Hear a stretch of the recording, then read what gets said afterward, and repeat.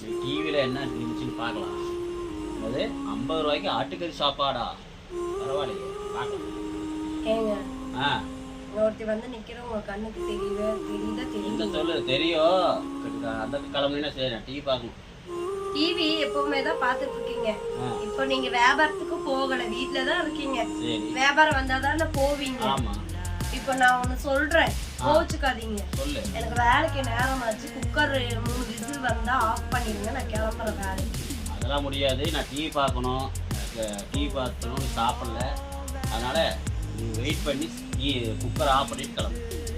புரிஞ்சுக்கோங்க, எனக்கு உடம்பு சரியில்லைங்க. உங்களை நான் வேற எதுவுமே உடம்பு சரியில்லைன்னா மாத்திரை போடு. புரிஞ்சுக்கோங்க, உடம்பு சரியில்லை, மாத்திரை போட முடியாது. அப்படியா? சரி சரி, நானே பார்த்துக்கிறேன். விசில் விட்டுக்கிறேன். உனக்கு உடம்பு சரியில்லை, நான் காய்ச்சல் நினச்சிட்டேன். சரி, இப்போ உட்காருமாவா? சரி, கொஞ்ச நேரம் ரெஸ்ட் எடுத்துட்டு இப்போ சாப்பாடு ஆகட்டும், சாப்பிட்டு.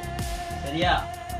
நீங்களும் உங்கள் ஒய்ஃபுக்கு முடிஞ்ச அளவு ஹெல்ப் பண்ணுங்கள். உங்கள் ஒய்ஃபாக இருக்கட்டும், உங்கள் அம்மாவாக இருக்கட்டும், உங்களால் முடிஞ்ச அளவு ஹெல்ப் பண்ணுங்கள். ஏன்னா பெண்கள் வந்து அடுப்புக்காரிலே தான் இருக்கணுமா? அவங்களுக்கு வந்து சுதந்திரம் இல்லையா?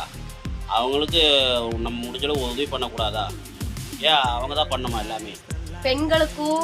பெண்களும் மனுஷங்க தான், கொஞ்சம் புரிஞ்சுக்கோங்க. இந்த மாதிரி பெண்களை வந்துட்டு அடிமைத்தனமா வச்சிருக்கிற ஆண்களுக்கு இது ஒரு பாடமா இருக்கட்டும்.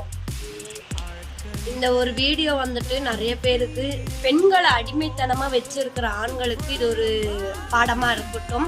கண்டிப்பா. வணக்கம். வீடியோ பிடிச்சதா லைக் பண்ணுங்க, ஷேர் பண்ணுங்க. சின்ன ஒரு எஃபெக்ட் தான்.